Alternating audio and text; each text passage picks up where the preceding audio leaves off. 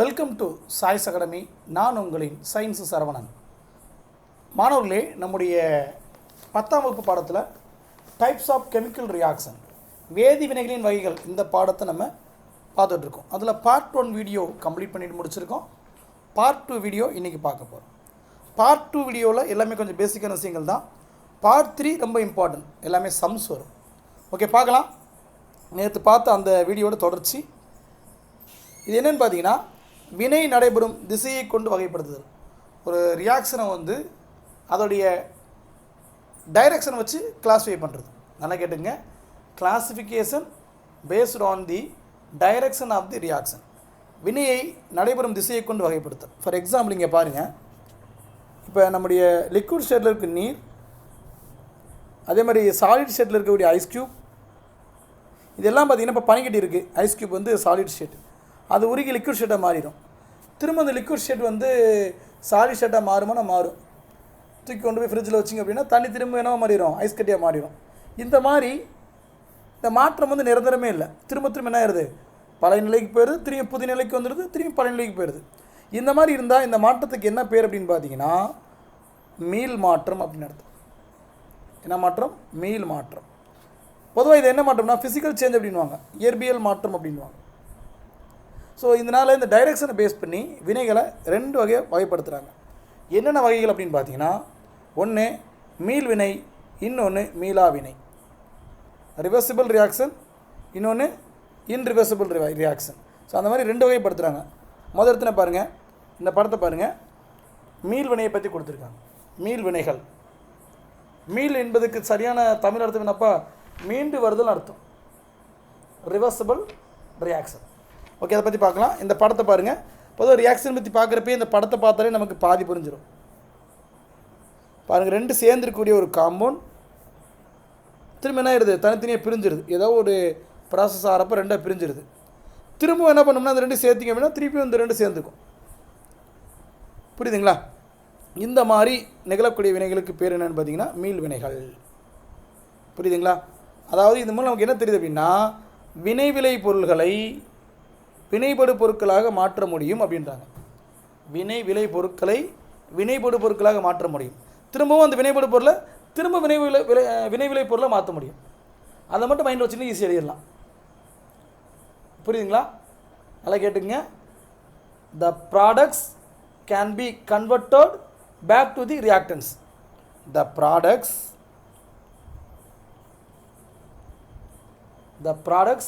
Can be converted back to the reactants. வினை விளை பொருள் என்னது? ரியாக்டன்ஸ். நேற்று பார்த்தோம். வினைபடு பொருள்ன்றது ப்ராடக்ட்ஸ். அப்போ இது இதுவாக மாறுது, திரும்ப இது இதுவாக மாறுது. இந்த மாதிரி நடந்துச்சுன்னா அதுக்கு பேர் ரிவர்சிபிள் ரியாக்ஷன். ஒரு எக்ஸாம்பிள் கொடுத்துருப்பாங்க, பார்க்கலாம். இந்த ஐஸ் கட்டி பார்த்தோம்ல, அதே போதும். இருந்தாலும் இன்னொரு கெமிஸ்ட்ரியில் ஒன்று கொடுத்துருக்காங்க, பார்த்துங்க, எடுத்து வைக்கிங்க. PCl5.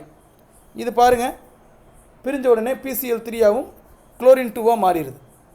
திரும்ப 2 சேர்த்து என்ன ஆயிரும், ஆட்டோமேட்டிக்காக இது என்ன ஆயிடுதுன்னா டீகம்போஸ் ஆகி PCl5 பாஸ்பரஸ் பென்டாக்ளோரைடு என்ன மாறிடுது, பாஸ்பரஸ் ட்ரைக்ளோரைடாகவும் குளோரினாகவும் மாறிடுது.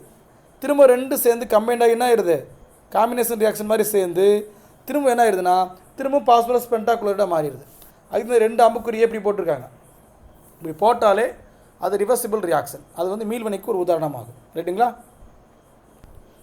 அடுத்த டைப் என்னென்னு பார்த்தீங்கன்னா மீளாவினை. மீளாவினைன்னு என்ன சார் அப்படின்னா, மீளாவினை என்பது ஒரு வினையில் வினைபடு பொருட்கள் வினைவிளை பொருளாக மாறினதுக்கப்புறம் திரும்ப கிடைக்காது. ஒரு வினையில் வினைபடு பொருட்களை மீண்டும் பெற இயலாத வினைக்கு மீளா வினை என்று பெயர். அதாவது மாறிடுச்சுன்னா மாறுறது தான். திரும்ப என்ன ஆகாது, ஒரிஜினல் ஸ்டேட்டுக்கு வராது. இப்படி ஒரிஜினல் ஸ்டேட்டுக்கு வரல, ஒரிஜினல் ப்ராடக்ட் திரும்பி கிடைக்கல அப்படின்னா அது irreversible reaction. The reaction that cannot be reversed is called irreversible reaction. Irreversible எழுதிருவீங்கன்னு நினைக்கிறேன், இருந்தாலும் எழுதி போடுறேன். Irreversible reaction. இதுக்கு ஒரு எக்ஸாம்பிள் கொடுத்துருக்காங்க பாருங்கள். அந்த ஒரு கை மாதிரி கொடுத்து நுரை கொடுத்துருக்காங்க இல்லையா, அது என்னென்னு பாருங்கள். ஜூம் பண்ணுறேன் பாருங்கள். அதாவது நம்ம காயங்களில் ஊற்றக்கூடிய ஒரு லிக்விட் என்னென்னு பார்த்தீங்கன்னா ஹைட்ரஜன் பெராக்சைடு. அதை பார்க்குறப்ப புரியுது, H2O2. நம்ம கைகளில் காயங்கள் மேலே ஊற்றின உடனே நீர் ஃபார்ம் ஆயிரும், வாட்டர் ஃபார்ம் ஆயிரும். அதாவது H2O2லேருந்து H2O தனியாக பிரிஞ்சிடும், மீதி இருக்க O தனியாக பிரிஞ்சிடும். இந்த O என்ன ஆயிரும்னா குமிழ்கள், ஆக்சிஜன் குமிழ்களாக வெளியேறிடும், மீதி இருக்க நீர் தனியாக வடிஞ்சிடும். சரிங்களா? இது காயங்களில் பயன்படுத்தக்கூடிய ஹைட்ரஜன் பெராக்சைடு. அதில் இருக்கக்கூடிய நுண்கிருமிகளை அழிப்பதற்காகவும் அதில் இருக்க அழுக்களை நீக்குவதற்காகவும் பயன்படுத்துறது. சரிங்களா? திரும்ப அது என்ன ஆகுதுன்னா, இப்போ இது ப்ராடக்ட், ஹைட்ரஜன் பெராக்சைடு அப்படின்றது ப்ராடக்ட்டு. இப்போ வினைபடு பொருள் வினை விளை பொருளாக எப்படி மாறுது அப்படின்னு பார்த்தீங்கன்னா நீராகவும் ஆக்சிஜன் குமிழ்களாகவும் மாறுது. இது திரும்ப வந்து ஹைட்ரஜன் பெராக்சைடாக மாறுமானா மாறாது. அப்போ இதுக்கு எதுக்கு எக்ஸாம்பிள்? மீளா வினை, இர்ரிவர்சிபிள் ரியாக்ஷனுக்கு எக்ஸாம்பிள். புரியுதுங்களா? If hydrogen peroxide is poured, ஊற்றுதல் என்னது? Poured. Pour on a wound, it decomposes into water and oxygen. The gaseous oxygen bubbles away as it is formed and they prevent the formation of H2O2. H2O2 னா hydrogen peroxide. இது காயங்களுக்கு, அந்த காயங்களை கழுவக்கூடிய பொருளாக பயன்படுது. So இது ஒரு one word, இது ஒரு போட்டித் தேர்வுக்கான ஒன் வேர்டு. ரைட்டுங்களா? அடுத்து பார்க்குறது வேதிவினையின் வேகம். ஒரு கெமிக்கல் ரியாக்ஷனுடைய ஸ்பீடு எப்படி இருக்கும் அப்படின்னு பார்த்தீங்கன்னா, இந்த கீழே இருக்கிற சும்மா ஜென்ரல் விஷயம் தான், சும்மா நீங்கள் ரீட் பண்ணி பார்த்துங்க. நம்ம போட்டித் தேர்வுக்கான விஷயம் இங்கே இருக்குது. வேதிவினையை பாதிக்கக்கூடிய காரணிகள் இந்த இடத்துல 10.2.1 இருக்கிறதா நம்ம டிஎன்பிசிக்கான விஷயங்கள், நம்ம அதை பார்க்கலாம். Factor influencing the rate of reaction. வேதிவினைகளின் வேகத்தை பாதிக்கக்கூடிய காரணிகள். ஒரு வேதிவினையோட வேகத்தை கூட்டக்கூடியது குறைக்கக்கூடிய விஷயங்கள் என்னென்ன அப்படின்னு அதை பார்க்க போகிறோம். ஃபர்ஸ்ட் ஒன், வினைபடு பொருளின் தன்மை. நமக்கே தெரியும், ரொம்ப சிம்பிளாக சொல்ல போனோம் அப்படின்னா, ரேஷன் கடை ஜீனி இருக்குது, கடை ஜீனி இருக்குது. ரெண்டு எது வேகமாக கரையும் அப்படின்னா கடை ஜீனி வேகமாக கரையும், ரிசல்ட்டும் நல்லா கிடைக்கும். இப்போ நம்ம டீ போடுறோம் அப்படின்னா இதில் 2 ஸ்பூன் போடுறதா இருந்தால் கடை சீனி 1 ஸ்பூன் போட்டாலே போதும். அப்போ அதனுடைய பியூரிட்டி, அதான் வினைப்படு பொருட்களின் தன்மை, நேச்சர் ஆஃப் த ப்ராடக்ட் அப்படின்றாங்க இல்லையா, இது வந்து கண்டிப்பாக வேதிவினையுடைய வேகத்தை பாதிக்கும். சாரி, வினைப்படு பொருளா? ஆமாம். இன்னொன்று நேச்சர் ஆஃப் த ரியாக்டன், வினை விளைபொருட்கள், மன்னிக்கும், வினைப்படு பொருள் அல்ல, ப்ராடக்ட் தான், நேச்சர் ஆஃப் த ப்ராடக்ட். ரெண்டாவது டெம்பரேச்சர். டெம்பரேச்சர் கூட கூட பொதுவாக பார்த்தீங்கன்னா ஒரு ரியாக்ஷன் இன்னும் கொஞ்சம் எக்ஸ்ட்ரா தான் நடக்கும். அடுத்து வினையூக்கி, கேட்டலைஸ்ட் அப்படின்னாங்க. நார்மலாக நடக்கக்கூடிய ஒரு வேதிவினையை ஏதாவது ஒரு பொருளை பயன்படுத்துறதன் மூலமாக அந்த வேதிவினையுடைய வேகத்தை மாற்ற முடியும் அப்படின்னா அதுக்கு பேர் கேட்டலைஸ்ட், வினையூக்கி அப்படின்வாங்க. இன்னொன்று ப்ரெஷர். ப்ரெஷரை கூட்டினாலும் ரியாக்ஷன் கூடும், ஒரு சில ரியாக்ஷனில் கூடும். அடுத்து அஞ்சாவது வினைபடு பொருட்களின் பரப்பளவு, சர்ஃபேஸ் ஏரியா ஆஃப் த ரியாக்டன். வினைபடு பொருட்களுடைய பரப்பளவு நல்லா மைண்டில் வச்சுக்கோங்க. இதில் என்ன சார் கேள்வி வரும் அப்படின்னு பார்த்தீங்கன்னா, வேதிவினைகளின் வேகத்தை பாதிக்கக்கூடிய காரணிகள் தவறானது அப்படின்னு கொடுத்துட்டு, பாதிக்கிற காரணி இங்கே இருக்க காரணி 3 காரணியை கொடுத்துட்டு பாதிக்கப்படாத ஒரு காரணியை கொடுக்க சான்சஸ் இருக்குது. ரைட்டுங்களா? எல்லாத்தையும் தயாராக இருக்கணும். இப்போ என்ன பண்ண போகிறோம்னா ஒவ்வொன்றையும் டீட்டெயிலாக பார்க்க போகிறோம். நம்ம வேதிவினையுடைய வேகத்தை பாதிக்கக்கூடிய காரணிகளை ஒவ்வொன்றா பார்க்க போகிறோம். முதல் காரணம் என்னென்னு பார்த்தீங்கன்னா வினைபடு பொருட்களின் தன்மை. இது நான் ஆல்ரெடி சொல்லிட்டேன். என்ன சொல்லிட்டேன்? வினைபடு பொருள் நம்ம ரியாக்டனுடைய அந்த பியூரிட்டியை பொறுத்து தான் இந்த வினைபடு பொருளுடைய வேகம், அதாவது அந்த வினையுடைய வேகமே வினைப்படு பொருட்களுடைய இயற்பியல் தன்மையை பொறுத்து தான் அமையும். இப்போ பாருங்கள், அவங்க ஒரு எக்ஸாம்பிள் கொடுத்துருக்காங்க. சோடியம் வந்து நார்மலாக ஹைட்ரோக்ளோரிக் அமிலத்தோட நல்லாவே வினைபுரியுது. Sodium react with hydrochloric acid as well, நல்லா ஒர்க் பண்ணுது. ஆனால் அசிட்டிக் அமிலத்தோட பார்த்திங்கன்னா மெதுவாக தான் வினைபுரியுது. எதோட வேகமாக இருக்குது? ஹைட்ரோக்ளோரிக் அமிலத்தோட வேகமாக ரியாக்ட் ஆகுது. ஆனால் அசிட்டிக் அமிலத்தில் பார்த்திங்கன்னா ரொம்ப ஸ்லோவாக ரியாக்ட் ஆகுது. ஏன் இந்த டிஃபரன்ஸ் அப்படின்னு பார்த்தீங்கன்னா காரணம் அதோடைய கான்சன்ட்ரேஷன் தான். எப்படி? The reaction of sodium with hydrochloric acid is faster than that with acetic acid. அப்போ வினைப்படு பொருட்களின் தன்மை தான் கண்டிப்பாக பாதிக்கும். ஏன்னா அசிட்டிக் அமிலத்தில் வந்து வினைபுரியக்கூடிய வேகம் கம்மி, ரியாக்ஷன் ஸ்பீடு கம்மி. இதில் கூட ஹைட்ரோக்ளோரிக் ஆசிட்டில் கூட. ரைட்டுங்களா? ரெண்டாவது பாயிண்ட், இது ரொம்ப இம்பார்ட்டன்ட், வினைபடு பொருட்களின் செறிவு. செகண்ட் என்னது? வினைபடு பொருள்களின் செறிவு, கான்சன்ட்ரேஷன் ஆஃப் த ரியாக்டன். இதை நான் சொன்னேன், ரேஷன் கடை ஜீனி அந்த கணக்கு தான். பொதுவாக அதிகமாக கரைஞ்சிருக்க பொருள், கம்மியாக கரைஞ்சிருக்க பொருள். ஃபார் எக்ஸாம்பிள் இங்கே பாருங்கள், ஒரு டம்ளர் தண்ணி எடுக்கிறீங்க, நீங்கள் தண்ணி எடுத்துக்கிட்டிங்கன்னா தண்ணி வந்து அதிகமாக இருக்குது. ஸோ இதுக்கு பேர் என்னென்னு பார்த்தீங்கன்னா கரைப்பான் அப்படின்வாங்க. ஆங்கிலத்தில் சொல்லப்போனால் இதுக்கு பேர் சால்வெண்ட். ஆங்கிலத்துக்கு என்ன பேர்? சால்வெண்ட். இதுக்குள்ளே நீங்கள் வந்து ஒரு ஸ்பூன் சீனியை கரைக்கிறீங்க அப்படின்னா அந்த பொருள் கம்மியாக இருக்குது. தண்ணி அதிகமாக இருக்குது, இது கம்மியாக இருக்குது. கம்மியாக இருந்தால் அதுக்கு பேர் கரைபொருள். ஆங்கிலத்தில் சொல்லிட்டு அப்படின்வாங்க. கம்மியாக இருந்த கரைபொருள், அதிகமாக இருந்த கரைப்பான். இந்த ரெண்டு சேர்ந்துருச்சுன்னா, அதாவது கரைபொருளும் கரைப்பானும் சேர்ந்துருச்சுன்னா அதுக்கு பேர் கரைசல், சொல்யூஷன் அப்படின்வாங்க. ஸோ இந்த 3 டேர்ம் தெரிஞ்சிருச்சுன்னா இது ஈஸியாக புரியும். சரிங்களா? இப்போ பார்க்கலாமா? வாங்க பார்க்கலாம். 2வது பாயிண்ட், வினைபடு பொருள்களின் செறிவு அதிகரிக்கும் பொழுது வினைவேகம் அதிகரிக்கிறது. என்ன சொல்கிறாங்க அப்படின்னா, கான்சன்ட்ரேஷன் கூடுனா வினையுடைய அந்த ஸ்பீடு பார்த்திங்கன்னா அதிகமாக தான் இருக்கும், ஃபாஸ்ட்டாக இருக்கும். கான்சன்ட்ரேஷன் கூடுனா நிச்சயமாக அந்த ரியாக்ஷனுடைய இது கண்டிப்பாக ஃபாஸ்ட்டாக தான் இருக்கும். ரைட்டுங்களா? ஓகே. அதுக்கு எக்ஸாம்பிள் என்ன கொடுத்துருக்காங்க அப்படின்னு பார்த்தீங்கன்னா, 1 மோல் ஹைட்ரோகுளோரிக் அமிலம் 2 மோல் ஹைட்ரோகுளோரிக் அமிலத்தில், அதாவது இந்த கம்பேர் பண்ணுறப்ப 1 மோல் ஹைட்ரோகுளோரிக் அமிலத்தை விட 2 மோல் ஹைட்ரோகுளோரிக் அமிலத்தில் வேகமாக வினைபுரியும். ஏன்னா அது அளவு அதிகமாக இருக்குது, அதனால் ஹைட்ரோகுளோரிக் அமிலத்துடைய பண்புகள் அதிகமாக இருக்கும். ஸோ செறிவு அதிகமாக இருக்குது, கான்சன்ட்ரேஷன் அதிகமாக இருக்குது, ஸோ ரியாக்ஷன் அதிகமாக இருக்கும். இது 2வது பாயிண்ட், வினைபடு பொருட்களின் செறிவு. 3வது வெப்பநிலை. வெப்பநிலை கூட கூட என்ன ஆகும் அப்படின்னா ரியாக்ஷனுடைய ஸ்பீடு கூடும், கண்டிப்பாக கூடும். ஃபார் எக்ஸாம்பிள் இப்போ ரீசெண்டாக அதே டம்ளர் தண்ணி எடுத்துக்கோங்க, உப்பு ஒரு குறிப்பிட்ட அளவு தான் கரையும். இப்போ ஃபார் எக்ஸாம்பிள் நம்முடைய 100 மில்லி தண்ணி எடுத்துட்டிங்கன்னா சோடியம் குளோரைடு உப்பு பார்த்திங்கன்னா கரெக்டாக 36 கிராம் வரை கரையும்.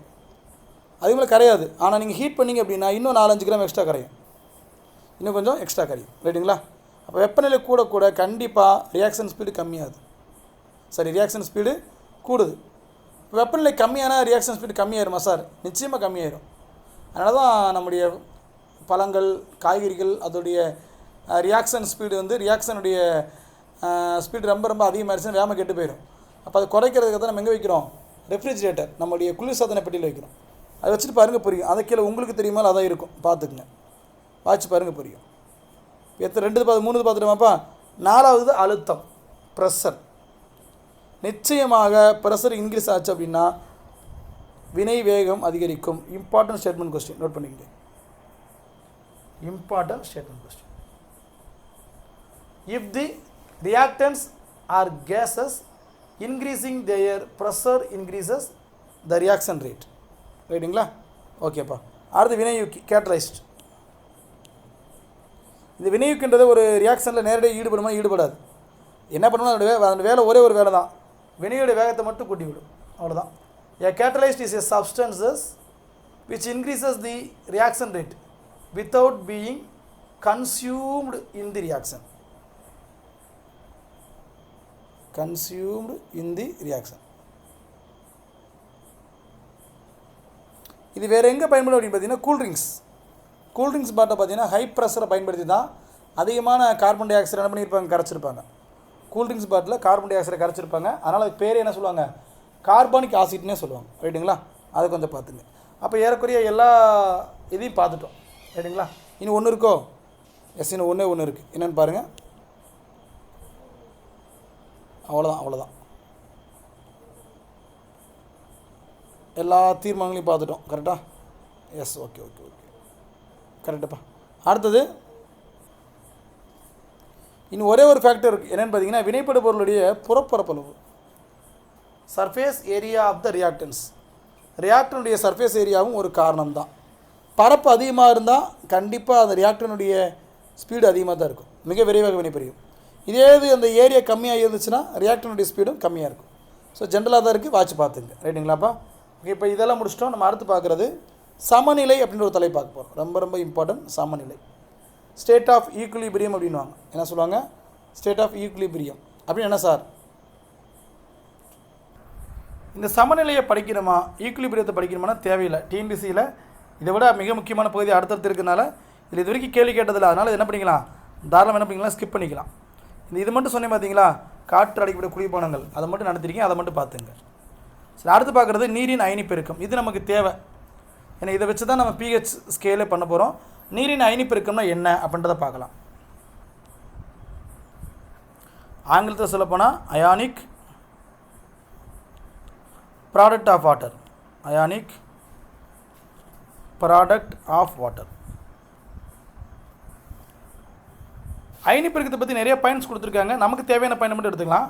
என்ன அப்படின்னு பார்த்தீங்கன்னா, ஒரு நீருடைய அயனி பெருக்கம் அப்படின்றது, அயானிக் ப்ராடக்ட் ஆஃப் வாட்டர் அப்படின்றது என்னென்னு பார்த்தீங்கன்னா, இங்கே பாருங்கள், ஹைட்ராக்சில் மற்றும் ஹைட்ரோனியம் இந்த 2 அயனிகளுடைய செறிவுகள் இருக்கு இல்லையா, அதோடைய பெருக்குத்தொகைக்கு பேர் தான் நீரின் அயனி பெருக்கம். எந்த 2க்கு நல்லா கேட்டுக்குங்க, 2 இதனுடைய பெருக்குத்தொகை. எந்த 2க்கு? The product of the concentration of the hydronium ion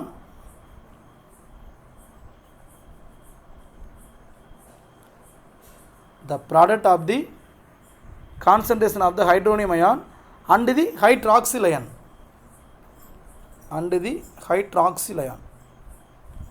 is called the ionic product of water. So இதை ஷார்ட் எப்படி சொல்லுவாங்க அப்படின்னா KW அப்படின்வாங்க. KW அப்படின்னாலே அயானிக் ப்ராடக்ட் ஆஃப் வாட்டர், நீரின் அயனி பெருக்கத்தை குறிக்கக்கூடிய ஒரு சுருக்கெழுத்து. அப்போ இந்த ஹைட்ரோனியம் அயான் அப்படின்றத இப்படி எழுதலாம், H3O+ எழுதலாம். ஹைட்ராக்சில் அயன்றதை இப்படி எழுதலாம். சார் இந்த ஏன் சார் இந்த மாதிரி ஒரு ஸ்கொயர் ப்ராக்கெட் போட்டிருக்காங்க அப்படின்னா, இது எதை குறிக்குது அப்படின்னா, செறிவுன்ற வார்த்தையை தான் இப்படி எழுதுகிறாங்க.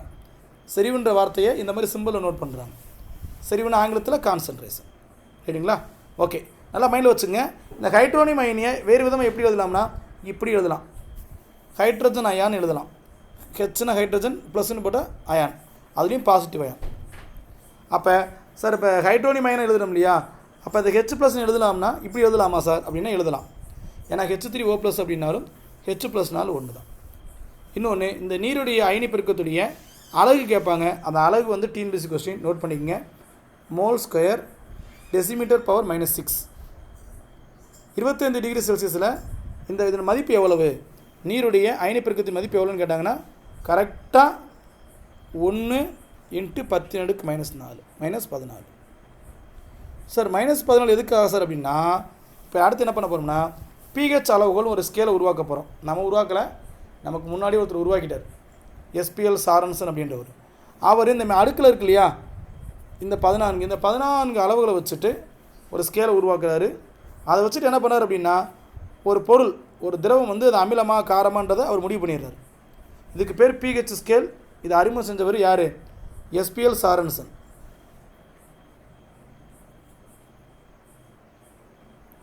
இங்கே பாருங்கள், ஸ்மால் p கேபிட்டல் Hன்னு போட்டிருக்கோம். இதுக்கு என்ன மீனிங் அப்படின்னு பார்த்தீங்கன்னா, இந்த பீன்றதுக்கு இது ஒரு ஜெர்மன் வேர்டு. இதுக்கு மீனிங் பொட்டன்ஸ். பொட்டன்ஸ் மீன் என்னன்னு பார்த்தீங்கன்னா ஆற்றல், பவர் அப்படின்னுவோம். ரைட்டுங்களா? அதை பேஸ் பண்ணி pHன்னு பேர் வச்சாங்க. இந்த சாரன்சன் 1909 இந்த pH ஸ்கேலை அறிமுகப்படுத்தினார். இதில் எத்தனை அளவுகள் இருக்குன்னு பார்த்தீங்கன்னா 0லேருந்து 14 அளவுகள் இருக்கும். கரெக்டாக 0 எத்தனை அளவுகள் இருக்கும்? 0, 1, 2, 3 இந்த மாதிரி வந்துட்டு கரெக்டாக 12, 13, 14 இந்த அளவு இத்தனை அளவுகள் இருக்கும். ரைட்டுங்களா? சரி, இந்த மாதிரி அளவுகள் எதுக்கு பயன்படும் அப்படின்னா, ஒரு கரைசல், ஒரு சொல்யூஷன் வந்து அதை ஆசிட்டாக பேஸானு தீர்மானிக்க முடியும். அது மட்டும் இல்லை, நடுநிலைத்தன்மை கொண்ட கரைசலையும் தீர்மானிக்க முடியும், நியூட்ரலைசேஷன் சொல்யூஷனையும் தீர்மானிக்க முடியும். எப்படி சார் அப்படின்னா ரொம்ப சிம்பிள். மொத்தம் 14 அளவுகள் இருக்குது. அது எப்படி கீழே எழுதியிருக்கேன் பாருங்கள். 1, 2, 3, 4, 5, 6, 7 இங்கே ஒரு கோடை போட்டுங்க. அடுத்து 8, 9, 10, 11, 12, 13, 14. இதில்ப்பா இந்த 7ன்றது தான் நடுநிலைத்தன்மை, நியூட்ரல். சார் இந்த 7 கீழே போனால் எல்லாமே ஆசிட் தான். 7 கீழே வர்றது எல்லாமே ஆசிட், அமிலம் தான், அல்லது ஆசிட். அதேமாதிரி 8க்கு மேலே போகிறது எல்லாமே, 7க்கு மேலே, 8க்கு மேலே இல்லை, 7க்கு மேலே போகிறது எல்லாமே பேஸ், காரம் அப்படின்வாங்க. இப்போ என்னுடைய கேள்வி, இந்த 2 இருக்கு இல்லையா, இது அமிலத்தன்மை அதிகமாக இருக்குமா, 6 அமிலத்தன்மை அதிகமாக இருக்குமா அப்படின்னா 2 தான் அமிலத்தன்மை அதிகமாக இருக்கும். ஸோ இது மூலம் நம்ம என்ன தெரிஞ்சுக்கிறோம் அப்படின்னு பார்த்தீங்கன்னா, இந்த 7லேருந்து இந்த பக்கம் வர வர வர வர ரைட் ஹேண்ட் சைட்லேருந்து லெஃப்ட் ஹேண்ட் சைடு வர வர வர எது கூடுது அப்படின்னு பார்த்தீங்கன்னா அந்த அமிலத்தன்மை கூடுது, அசிடிட்டி லெவல் கூடுது. நம்பர் தான் கம்மியாதே தவிர அதனுடைய ஒரிஜினல் ப்ராப்பர்ட்டி அமில பண்பு கூடுது. இப்போ pH 1னா நல்லா ஸ்ட்ராங்கான ஆசிட், pH 6.9லாம் பார்த்தீங்கன்னா கொஞ்சம் வீக்கான ஆசிட். இப்போ நம்பர் கம்மியாக அதனுடைய அமிலத்தன்மை கூடும். சார் வலது பக்கம் சார் அப்படின்னு பார்க்குறப்ப இந்த 7க்கு மேலே போனால் காரம், ஆனால் 8ன்ற அந்த காரத்தை விட 14ன்ற காரம் கூட. இது நம்ம எப்பயும் போல் நார்மலாக 8 விட 14 பெருசு தானே, அந்த மாதிரி இருக்கும். அப்போ 7க்கு கீழே போச்சுன்னா அமிலம், 7க்கு மேலே போனால் காரம். கரெக்டாக 7 இருந்தால் அதுக்கு பேர் நடுநிலைத்தன்மை கொண்டதுன்னு அர்த்தம். சரி, அப்போ ஒரு பொருள் இருக்கானா? இருக்குது. மழை தண்ணி அந்த மாதிரி இருக்குது. ரைட்டுங்களா? ஓகே. இந்த பிஹெச் ஸ்கேலை அறிமுகப்படுத்துகிறப்ப அவர் என்ன பண்ணுறார் அப்படின்னு பார்த்தீங்கன்னா, ஒரு ஈக்குவேஷன் கொடுக்குறாரு. அந்த ஈக்குவேஷன் இது தான். இதை பார்த்த புரியாது. ஆனால் இதையும் ஆப்ஷனில் கொடுத்துட்றாங்க. டிஎன்பிசியில் ஏபிசிடியில் கொடுத்துறாங்க. இதை ஈஸியாக நம்ம புரிஞ்சுக்கலாம். எப்படின்னு பாருங்கள். நான் ஒவ்வொன்றும் எழுதுறேன், கவனிங்க. நானும் சொல்கிறேன். இது என்ன சார்?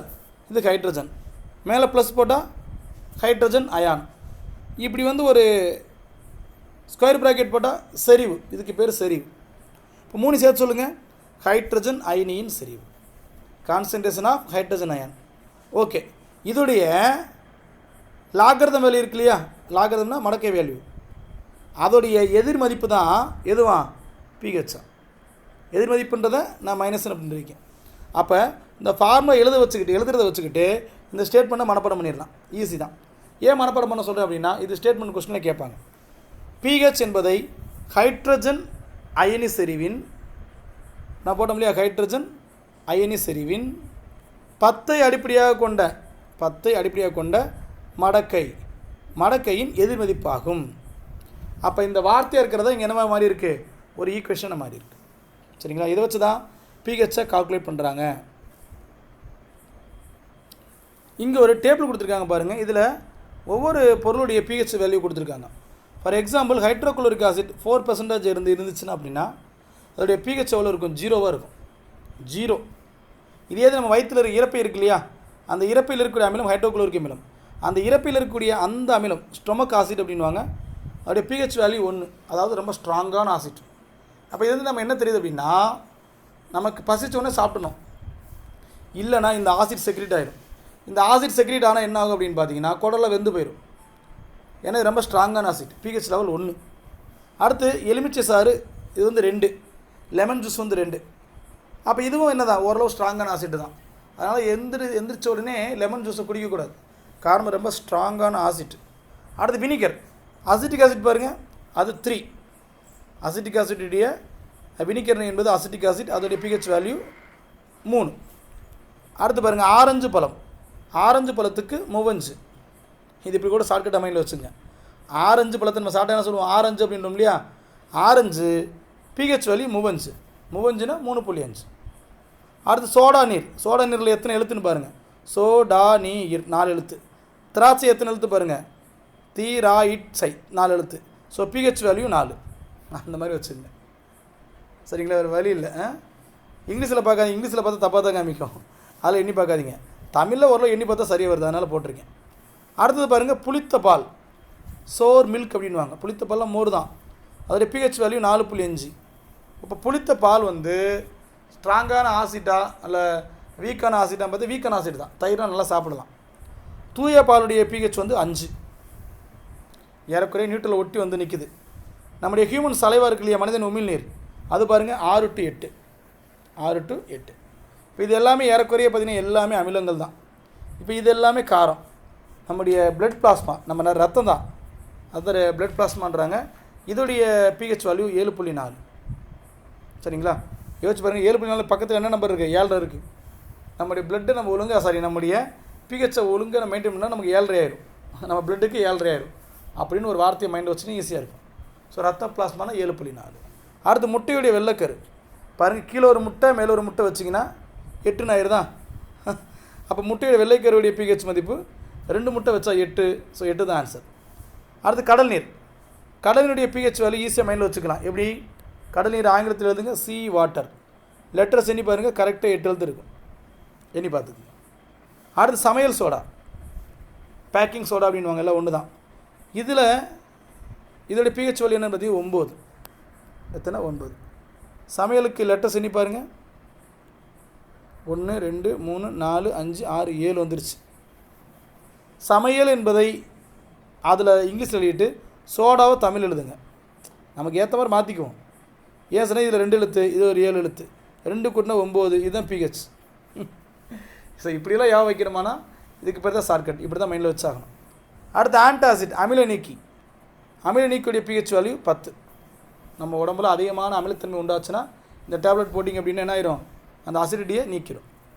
அடுத்து அமோனியா வாட்டர். அமோனியா வாட்டருடைய பிஹெச் பார்த்திங்கன்னா 11.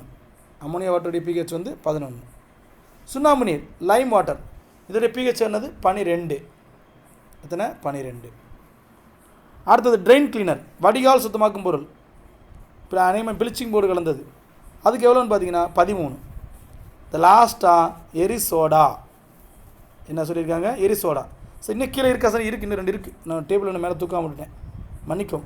இன்னும் பார்த்தீங்கன்னா அமிலத்தில் 2 விட்டுட்டேன் சொல்லிடலாமா. மனிதன் உமிழ்நீர் பார்த்தீங்கன்னா 6/8 தூய நீர் பார்த்தீங்கன்னா 7. அப்போ இது அமிலத்தன்மை கிடையாது காரத்தன்மை கிடையாது கரெக்டாக இருக்குது பியூர் வாட்டர். தக்காளி சோறு நான் தக்காளி சோறுன்னு போது தக்காளி சாறு 4.2 காப்பி 5.6. காப்பி அமிலமாக காரமாக கேட்பாங்க. காப்பி பார்த்தா தெரியுது கண்டிப்பாக அமிலம்தான். சரி இப்போ இது வரைக்கும் பார்த்தோமா ட்ரெயின் கிளீனர் வரைக்கும் அதோடைய பிஹெச் வேல்யூ 13. எரிசோடாவுடைய பிஹெச் வேல்யூ 14. மெக்னீசிய பால்மம் அப்படின்வாங்க இதோடைய பிஹெச் வேல்யூ 10. நீங்கள் இங்கே ஆர்டர் மாதிரிலாம் இருக்குது அப்படிலாம் வைக்காதீங்க ஆர்டராகவே இழைக்கிங்க. இந்த மெக்னீசியம் பால்மத்தை என்ன சொல்லுவாங்கன்னா மில்க் ஆஃப் மெக்னீசியா அப்படின்வாங்க. இது குழந்தைகள் அழுதுகிட்டே இருக்கும் வீட்டில் அழுதுகிட்டே இருக்கும் நைட் நேரத்தில் பச்சிலம் குழந்தைகள் அதுக்கு அசிடிட்டி ஃபார்ம் ஆகிருக்கும் தாய்ப்பால் வந்து கம்மியாக சுரந்துருக்கும். உடனே அதுக்கு ஒரு மருந்து கொடுத்துருப்பாரு டாக்டர் சிறப்பு கொடுத்துருப்பாரு. அதில் என்ன இருக்கும் பார்த்தீங்கன்னா இந்த மெக்னீசிய பால்மம் இருக்கும் பிங்க் கலரில் இருக்கும் குழந்தைக்கு ரொம்ப பிடிக்கும் இந்த சிறப்பு. அது குடித்த உடனே என்ன ஆயிரும் அப்படின்னா இந்த அசிடிட்டி நியூட்ரல் பண்ணப்படும். அதிகமான அசிடிட்டி கம்மியாகி நம்ம கொடுக்குறது பேஸ் தானே 10ன்றது உள்ள அசிடிட்டி இருக்குது 2 கலந்து அந்த குழந்தைய அருகே நிறுத்திவிடும். அடுத்து பார்த்தீங்கன்னா பிஹெச் சீட் ஒன்று இருக்குப்பா இதுதான் அந்த பிஹெச் சீட்டு. இந்த கலரை வச்சுக்கிட்டே அந்த கரைசல் வந்து அமிலமாக காரமாக கண்டுபிடிச்சிடுவாங்க. இந்த ஒவ்வொரு கலரை கொடுத்துருக்காங்க இல்லையா இதை ஒட்டி இருப்ப 4 வந்துச்சு அப்படின்னா இது வந்து அமிலம் 5 வந்து அமிலம் 6 வந்தால் அமிலம் 7 வந்தால் காரம் பேஸு.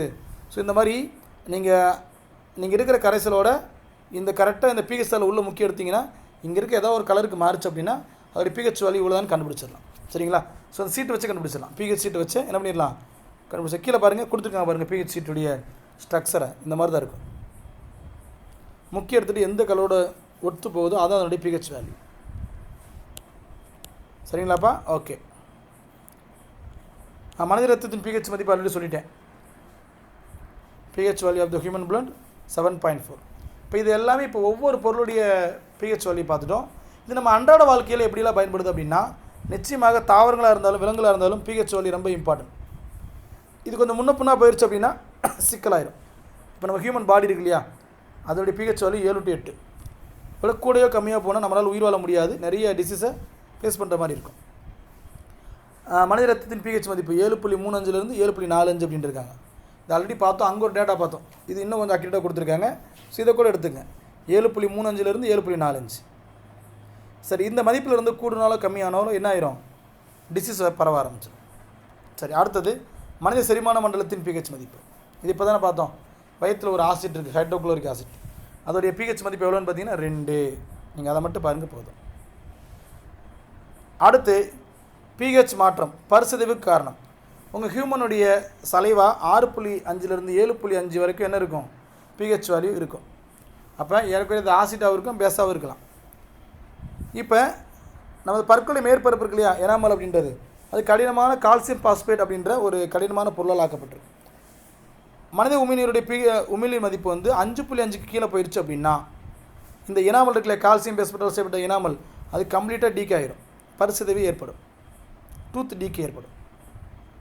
ஏன்னா அது என்னது 5.5% அமிலத்தன்மை. ஆனால் நம்ம யூஸ் பண்ணுற பேஸ்ட் இருக்குல்ல காலையில் எழுந்திரிச்சுன்னு யூஸ் பண்ணுற பேஸ்ட்டு அது எல்லாமே மேக்ஸிமம் காரத்தன்மையாக தான் இருக்கும். அமிலத்தன்மை ரொம்ப ரேராக தான் யூஸ் பண்ணுவாங்க. அது டென்டல் டாக்டருடைய ரெக்கமெண்ட் பிரகாரம் தான் யூஸ் பண்ணணும். மற்றவங்க எல்லாம் பார்த்தீங்கன்னா காரத்தன்மை தான் பயன்படுத்துகிறோம். க்ளோஸ்அப் கோல்கேட் பெப்சோடன் எல்லாமே என்ன தான் பேசிசிட்டி காரத்தன்மை கொண்டது தான். அடுத்து பார்த்தீங்கன்னா சாயில் ஆஃப் அதாவது சாயிலுடைய பிஹெச் மண்ணுடைய பிஹெச் இதுவும் நம்ம பார்க்க வேண்டிய அவசியத்தில் இருக்கும். பிஹெச் ஆஃப் சாயில் அப்படின்வாங்க. ஏன்னா நம்ம அதை டெஸ்ட் பண்ணி பார்த்துட்டு நம்முடைய நிலத்துடைய பிஹெச் வந்து ஒரு 3-4 வருது அப்படின்னா அசிடிட்டி இருக்கக்கூடிய பழங்களை நம்ம போட்டோம் அப்படின்னா நல்லா வளையும். மண் பரிசோதனை பண்ணிவிட்டு பண்ணோம்னா இதே இது பார்த்திங்க அப்படின்னா பிஹெச் வேல்யூ நம்ம பார்க்குறப்ப 11.2 போகுது அப்படின்னா அந்த காரத்தன்மை கொண்ட பொருட்கள் ஏதாச்சும் ஒன்று நீங்கள் விளைவிச்சிங்க அப்படின்னா அது நமக்கு பெனிஃபிட் கிடைக்கும். இதான் சொல்கிறது மண் பரிசோதனை பண்ணிவிட்டு அதுக்கப்புறம் என்ன பண்ணுங்க அப்படின்றது விவசாயம் பண்ணிங்க அப்படின்னா நமக்கு தேவையான விஷயத்தை பண்ணிக்கலாம் சரிங்களா. சரிங்க சார். இப்போ ஒருவேளை காரத்தன்மை வந்துடுது, காரத்தன்மை அப்படின்றது 7க்கு மேலே, அமிலத்தன்மை அப்படின்னா 7க்கு கீழே. இப்போ 7க்கு கீழே இருக்குது அப்படின்னா பழங்கள் வந்து ஃப்ரூட்ஸ் வந்து காரத்தன்மை கொண்ட மண்ணில் வளரும். ஃப்ரூட்ஸ் வந்து பெசிசிட்டி இருக்கக்கூடிய சாயிலில் தான் வளரும். அதே மாதிரி பார்த்திங்கன்னா நெல் இருக்கு இல்லையா, நெல் வந்து அமிலத்தன்மை கொண்டது, அசிடிட்டி கொண்ட மண்ணில் தான் வளரும். கரும்பு ரெண்டுக்குமே நியூட்ரலில் தான் வளரும். வண்டல் மண் தான் அதுக்கு தேவை. அதனால் பார்த்திங்கன்னா நியூட்ரலாக இருக்கக்கூடிய மண்ணில் வந்து என்ன வளரும், கரும்பு வளரும். அப்போ விவசாயத்துக்கும் பிஹெச்சுக்கும் இவ்வளோ பெரிய தொடர்பு இருக்குது. புரியுதுங்களா? ஓகே, அடுத்தது மழைநீரின் பிஹெச். மழை தண்ணிக்கும் என்ன இருக்கும், ஒரு பிஹெச் மதிப்பு இருக்கும். சார் 7 இருக்குமா சார்னா அப்படின்னு நாங்கள் நடத்துவோம், ஆனால் 7 இருக்காது. அவ்வளோ வந்து தூய மழை எங்கே பொழியறதில்லை. So pH value of the rain. சரிங்களா? ஓகே, இந்த பிஹெச் வேல்யூ பார்த்திங்க அப்படின்னா ஒரு சில மலைகளுக்கு கம்மியாயிருது. கம்மியானது அமிலத்தன்மை கொண்டது இல்லை சார், அசிடிட்டி கொண்டது இல்லையா? ஆமாம், அதுக்கு பேரே ஆசிட் ரெயின், அமிலமலை. இது நம்முடைய விவசாய பூமி வளையிறப்ப அங்கே இருக்கக்கூடிய விதைகள் என்ன பண்ணிடும், மரபணு மாற்றம் பண்ணிடும், அல்லது வந்து வளரவிடாமல் பண்ணிடும். பிஹெச் மதிப்பு 7க்கு கீழே போகாமல் இருக்கணும். ரைட்டுங்களா? அதுக்கு நிறைய மரங்களை வளர்க்கணும். பிஹெச் வேல்யூ 7க்கு கீழே வச்சுட்டு அப்படியே பண்ணிங்க அப்படின்னா மழைநீர் பார்த்திங்கன்னா மழைநீருடைய பிஹெச் மதிப்பு 7 விட கம்மியாக போச்சுன்னா அது தாவரங்கள், விலங்குகள், ஏன் நம்ம மேலேயும் பட்டாலும் நமக்கு என்ன பண்ணும், டிசீஸை உருவாக்கும். சரிங்களாப்பா? ஓகே, இப்போ இது வரைக்கும் பார்த்தது எல்லாமே ஜென்ரலான விஷயங்கள், அப்ளிகேண்ட் ஓரியன்டான விஷயமெல்லாம் பார்த்துட்டோம். கணக்கில் மட்டும் பார்க்காம இருக்குது, பிஹெச் கணக்கில் மட்டும். அது என்ன பண்ணிக்கலாம், நாளைக்கு பார்த்துக்கலாம். ரைட்டுங்களா? Thank you to all.